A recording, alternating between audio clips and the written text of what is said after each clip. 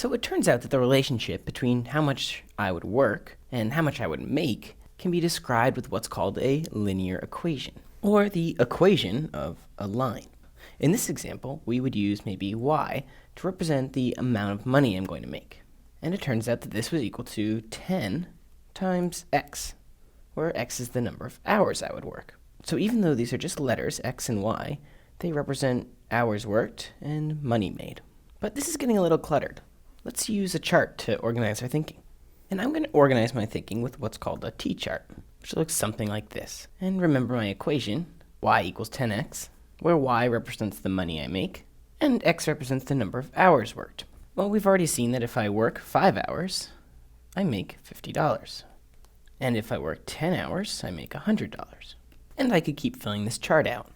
The interesting thing to note, though, is that each row has 2 numbers in it. And for the purposes of graphing, I like to write these numbers as an ordered pair, with the x value first and then the y value.